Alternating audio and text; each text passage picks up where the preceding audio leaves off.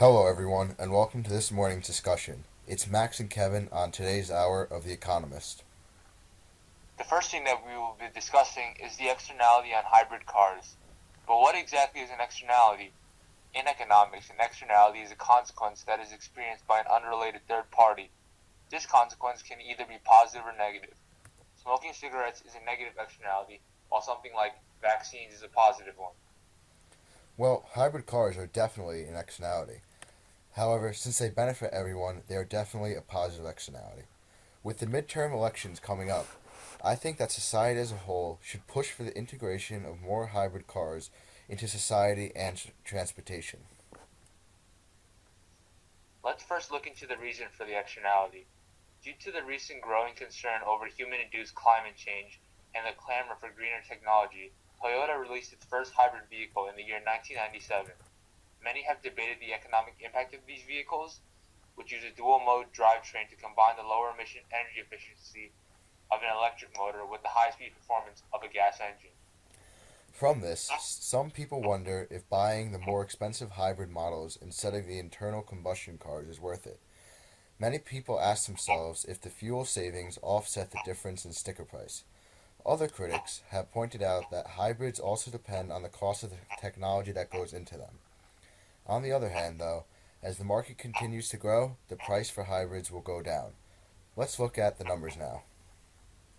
While the factors that make hybrid cars different and more beneficial to society as a whole include the fact that they lower pollution and also that they cut down on the amount of gross fossil fuels used by a particular country or region. Because of this, on a price versus quantity graph, the marginal social society benefit is greater than the marginal cost.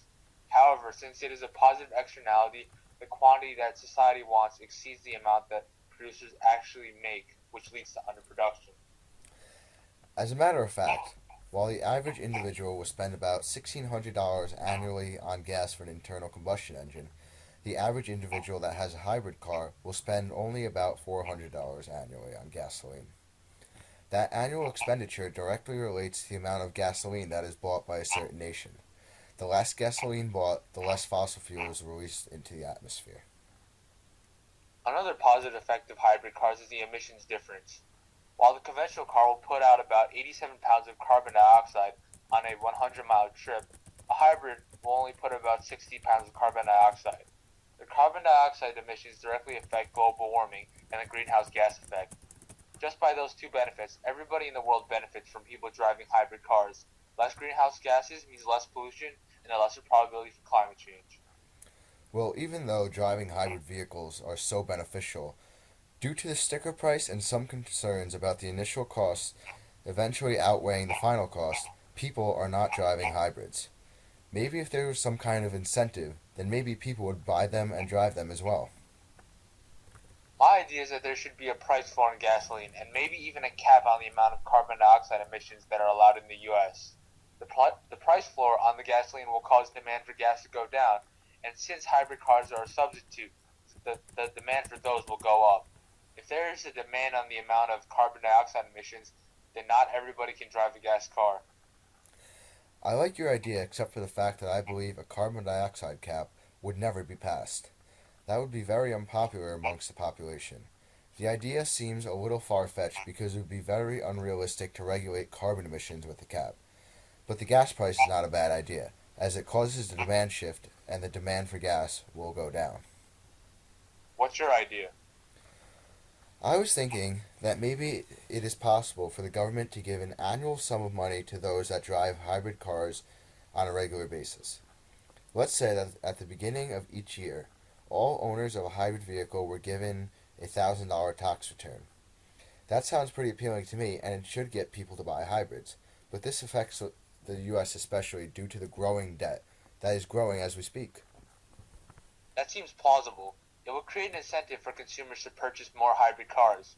For the best possible solution, if we combine the two ideas, I think we will get a more plausible solution. A price floor and a monetary incentive seems to be the way to go. Again, a price floor gives people a reason to buy less gas and hopefully move towards hybrid cars, and monetary incentives will be able to further attract the option of highly priced hybrid cars. These are both reasonable actions. From theory, these two actions should do exactly what we want them to do. increase demand by raising the price of a substitute good, and also increasing the demand by offering an incentive. Those two actions should totally make more people switch from internal combustion engines to hybrid cars. I agree. Sounds like a good plan to hopefully have more people drive hybrid cars. From some quick data, not only does the average person save about $1,200 on gas annually, but according to the EPA, they estimate that it costs about $50 per ton of carbon dioxide. After considering all the cars and trucks, tons and tons of carbon dioxide are being emitted every day. All of those tons, at $50 a ton, lead to a very big amount of quantifiable data every day that is being lost by driving combustion engines. There are about 253 million cars on the road in America, and let's say that about 50% of these cars are exchanged for hybrid cars. The country can save upwards an astonishing $6.3 billion. Wow, that's some very good insight. I think that we should have covered all the benefits of driving hybrid cars. Thanks everyone for listening to our first discussion on today's Hour of the Economist. We will be back after a short message from your local station. Welcome back, everybody. Now we'll be discussing the positive externality graph for hybrid cars. As usual, we'll have our price on the y-axis, quantity on the x-axis. So we can take a look at our supply curve, which we will call the marginal social cost. We'll talk about this further in depth when we compare it to the marginal benefit for this product here.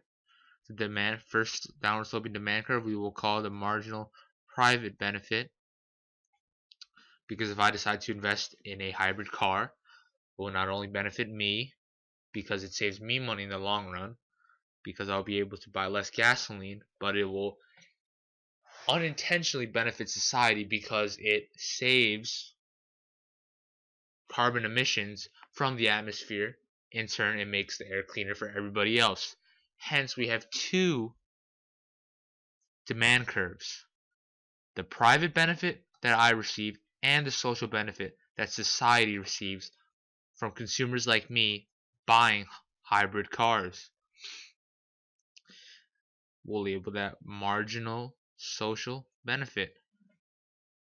As for where this market is functioning, we can see that it's functioning at this point here. Let's call this Q, call that P. However, we want society to be functioning at this point where the marginal social cost curve meets the marginal social benefit curve.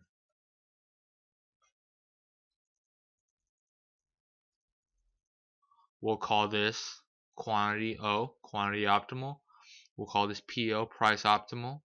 And that would be this point here.